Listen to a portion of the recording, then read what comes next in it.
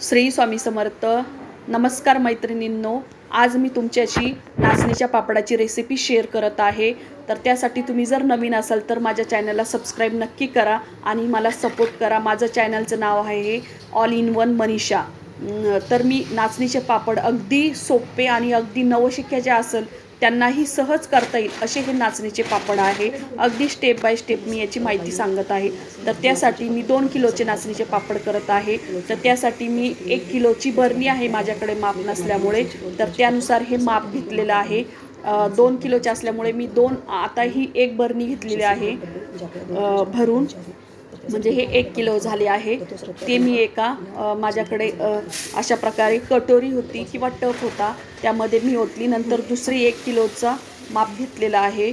असे 2 किलोचे पापड मी करणार आहे. तर ते अगदी मोजूनच मी तुम्हाला हे सर्वही प्रमाण सांगणार आहे, अगदी स्टेप बाय स्टेप. तर ही नाचणी घेतल्यानंतर त्यामध्ये जरा धूळ असते किंवा त्यामध्ये मातीचे कण असतात किंवा नाचणीमध्ये बारीक बारीक धूळ असतीच. तर त्यासाठी ही नाचणी आपल्याला आधी पाखडून घ्यायची आहे, स्वच्छ निवडून पण घ्यायची आहे. त्यानंतर आपल्याला पाण्याने स्वच्छ धुवायची आहे, जेणेकरून त्यातली जी धूळ आहे, जी माती आहे, जोपर्यंत निघत नाही तोपर्यंत 3-4 पाण्याने आपल्याला ही स्वच्छ धुवून घ्यायची आहे. कारण जेणेकरून आपले पापड हे अगदी स्वच्छ आणि छान असे त्याला कलर पण येत असतो. त्यासाठी मी जोपर्यंत तिथलं घाण पाणी निघत नाही तोपर्यंत मी ही धुवून घेतलेली आहे. तर त्यातली जी बारीक बारीक ज्या नाचणीमध्ये पोकळ असते आतली ती नाचणीही त्यामुळे बाहेर जाती आणि जी चांगली नाचणी आहे ती तशीच असते. तर अशा प्रकारे जोपर्यंत आपल्याला नितळ पाणी दिसत नाही तोपर्यंत ही नाचणी धुवायची आहे. आता नाचणीचे पापड करण्यासाठी बऱ्याच जणांचा गैरसमज असतो की 3 दिवस भिजायची, 4 दिवस भिजायची, परंतु तसं काही नाही.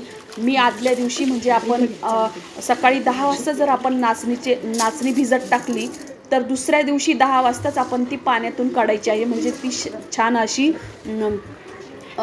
भिजलेली असती. तर मी आज 10 वाजता टाकलेली होती. दुसऱ्या दिवशी मी 10 वाजता ती पाण्यातून अशी निथळण्यासाठी म्हणजे मोड आणण्यासाठी मी ही काढत आहे. तर अशा प्रकारे मी चाळणीत टाकून ती निथळून एक कॉटनचं कापड घेतलेलं आहे, त्यामध्ये ती निथळून त्यामध्ये बांधणार आहे. तर अशा पद्धतीने मी आणि मोड आणण्यासाठीही एक खास ट्रिक्स आहे की जर तुम्ही 10 वाजता जर पाण्यातून काढली तर ती दुसऱ्या दिवशी आपण 10 वाजताच आपण ती मोड आणलेली जी नाचणी आहे तर ती आपल्याला काढायची आहे. म्हणजे ही स्टेप लक्षात ठेवा की आपण 10 वाजता जर पाण्यातून काढली तर दुसऱ्या दिवशी 10 वाजता ती आपण मोड, हे बघा छान प्रकारे याला मोड आलेले आहे. त्यासाठी मी ते कॉटनचं कापड होतं त्यावरती आणखीन एक कापड ठेवलं, म्हणजे पूर्ण 1 दिवस ते मोड आणण्यासाठी आणि 1 दिवस भिजण्यासाठी अशी 2 दिवस आपली ही प्रोसेस आहे नाचणीच्या पापडांची. तर मी हे अगदी उन्हात ठेवायचं नाही, रात्रभर मी फॅन खाली सुकवायचे किंवा तुमची गॅलरी असेल, घर असेल तर त्यामध्ये एकदम सावलीमध्ये ही नाचणी सुकवायची आहे. त्यानंतर मी छान ती सुकल्यानंतर गिरणीतून दळून आणली. नंतर आपलं कॉटनचं कापड असेल तर त्या कॉटनचं साडी असेल, ओढणी असेल, त्याने हे पीठ गाळून घ्यायचं आहे. वरती जो भुस्सा असतो त्याचा तर तो बाजूला होतो आणि हे छान प्रकारे हे पीठ तयार होतं, अगदी मऊसूत पीठ तयार होतं. तर त्यामध्ये मी एक खास ट्रिक्स टाकलेली आहे, ती म्हणजे आपण जर नाचणीचे पापड करत असतो ना तर ज्यावेळेस दळायला देतो त्यावेळेस थोडंसं आपण त्यामध्ये साबुदाणा टाकायचा आहे. अगदी 2 किलोला चिमूटभर मी साबुदाणा टाकलेला आहे, त्यामुळे आपले पापड छान होत असतात. तर याचा माप कसं घ्यायचं तर ते मी सांगत आहे. जसं की आपण माझ्याजवळ हे भांडं आहे, ते माझे भांडे 3 भरलेले आहे. तर त्याप्रमाणे तुम्ही पाण्याचं आधण ठेवण्यासाठी 3च हे भांडे भरून 3 भांडे भरून पाणी ओतायचं आहे. जसं की 1 भांडं जर पीठ असेल तर 1 भांडंभर पाणी घ्यायचं आहे. ती याचं प्रमाण लक्षात ठेवायचं आहे. माझे हे 3 भांडे भरले तर मी 3 भांडे भरून पाणी ठेवलेलं आहे आधणासाठी.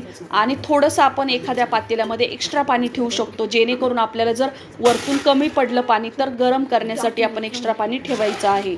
तर अशा पद्धतीने मी हे पाणी ठेवलेलं आहे. त्यामध्ये आपण ओवा घेतलेला आहे, नंतर पापडखार घेतलेला आहे, त्यानंतर आपण तीळ घेतलेले आहे, हे मीठ आहे. तर पापडखार पण टाकताना तुम्ही प्रमाण मोजकं जर ठेवलं तर पापड छान होतात. 2 किलोसाठी आपण 40 ग्रॅम हा पापडखार घेणार आहोत. तर हे पीठ मी छान प्रकारे त्याला छान उकळी आल्यानंतर हे पीठ वरून फक्त ओतून दिलेलं आहे, ते मिक्स केलेलं नाही. आणि आमच्याकडे हे जो दांडा आहे ना त्याला चाटू म्हणतात, तर त्या दांड्याने फक्त त्याला छिद्रे पाडले आणि त्यावरती मी झाकून ठेवलेलं आहे. 10 मिनटं आपण हे असंच ठेवायचं आहे आणि त्यानंतर ते पाणी पूर्णपणे त्या पिठावरती उकळून आलं की आपल्याला ते छानपैकी हटायचं आहे. म्हणजे त्याला खिशी घ्यायची आहे. ज्या प्रत्येकाच्या बोलीभाषा वेगळी असते त्याप्रमाणे आम्ही याला हटून घेतो आणि तुम्ही खिशी घेणार असं म्हणत असतात. तर अशा पद्धतीने मी त्याची खिशी घेतली. थोडंसं पाणी मला कमी पडलं त्यामुळे मी त्यामध्ये जरा वरतून पाणी टाकलं आणि छान प्रकारे हाताने चांगलं फेटून घेतलं. 20-1 मिनटे मी हे कमी आहारावरती हे पीठ ठेवलं. हे पीठ झालं की नाही कसं ओळखायचं, तर ते थोडंसं आपल्या हातावरती घ्यायचं. हातावरती घेतल्यानंतर ते दाबल्यानंतर आपल्या हाताला जर चिटकलं तर असं समजायचं ते पीठ कच्चं आहे. जर हाताला चिटकलं नाही, कोरडं झालं तर पीठ झालं आहे असं समजायचं. त्यानंतर प्लास्टिकच्या पिशवीत ते पीठ घ्यायचं झालेलं आणि झाल्यानंतर आपण हे गरम असल्यामुळे मी याला तांब्याच्या सहाय्याने याला बारीक अगदी चिकनसारखं एकदम चिकनं ते मऊ लुसलुशीत असं आपल्याला ते मळून घ्यायचं आहे, जेणेकरून पापड आपले छान फुलतात, फुगतात आणि करायला खूप इझी जातं. त्यानंतर याचे छोटे छोटे गोळे बनवायचे आहे. पापड यंत्र जे असतं त्या पापड यंत्राच्या सहाय्याने त्यामध्ये ते आपल्याला दाबायचे आहे, परंतु त्यामध्ये थोडेसे जाडसर असतात. तर मला अगदी पातळ पापड आवडतो त्यामुळे मी जरा हे लाटण्याने परत एकदा लाटून घेतलेले आहे. हा पापड जे मी प्रमाण सांगितलं आहे तुम्हाला ते त्याच पद्धतीने ठेवा, म्हणजे पापडाचं पीठ अगदी पातळही होत नाही आणि एकदम घट्टही होत नाही. हे बघा सहजपणे आपण एकदम इझिली हे पापड लाटू शकतो, इतकं छान याचं प्रमाण झालेलं आहे. तर खूप छान असे आपले पापड सगळे मी करून घेतलेले आहे. अशा हातानेच मी ते लाटलेले आहे. त्यानंतर वाळून हे पापड बघा आपले किती छान, किती सुरेख आणि एकदम छान असा कलर पण आलेला आहे, पातळ पण झालेले आहे आणि खूप छान. हे नाचणीचे पापड हे प्रत्येक घरामध्ये हे नाचणीचे पापड आवडत असतात. त्यामुळे जर तुम्ही नवशिक्या जर असेल ना तर तुम्ही हे अगदी सहजपणे, तुम्हाला माझा व्हिडिओ जर बघितला तर अगदी सहजपणे तुम्हाला करता येईल हे पापड. तर त्यासाठी मी अगदी वाळल्यानंतर तेल कडक तापल्यानंतर मी हे टाकले. तर एकदम छोटा पापड टाकला तरी तो खूप मोठा फुलून होत असतो. तर त्याप्रमाणे मी आणि वाळवणाचं जे सामान आहे ना, आपण जे वाळवणाचे पदार्थ बनवतो त्यामध्ये आपल्याला आहे ना मीठ आहे ना जरा कमीच टाकायचं आहे, कारण मीठ जर जास्त टाकलं तर नंतर जसं जसं ते वाळत चालतं त्याप्रमाणे त्याला खार चढत चालतो. त्यामुळे टाकताना मीठ जरा कमीच टाकायचं, म्हणजे नंतर ते खारट होत नाही. तर मी मीठही कमीच टाकलेलं आहे. नंतर ते फुलून खूप ताटभर माझे पापड झालेले आहे आणि अगदी आमच्या घरातही सर्वांना खूप हे पापड आवडतात. अगदी आवर्जून मी दरवर्षी करत असते, त्यामुळे म्हटलं जरा ही रेसिपी तुमच्याशी शेअर करावी आणि माझ्या चॅनलला सपोर्ट नक्की करा. तुम्हाला जर ही रेसिपी जर आवडली असेल ना तर माझ्या चॅनलला सबस्क्राईब नक्की करा आणि एक लाईक करा. तर बघू शकता तुम्ही हे पापड किती छान झालेले आहे आणि त्यानंतर ते तोडल्यानंतर अगदी वृद्ध व्यक्ती जर असेल तरी पण ते अगदी सहजपणे तोंडात विरघळतो, अशा पद्धतीने हे नाचणीचे पापड आहे आणि तुम्ही घरात नक्की ट्राय करा. हे बघा आपला हा पापड किती छोटा आहे, परंतु तळल्यानंतर तो पापड किती मोठा होतो हे तुम्ही समोरच तुमच्या उदाहरण आहे. तर नक्कीच लाईक करा, शेअर करा आणि माझ्या चॅनलला सबस्क्राईब करा आणि हे पापड तुम्ही करून बघा. केल्यानंतरही तुमची रेसिपी किंवा तुमचं पापड कसे झाले ते मला नक्की सांगा.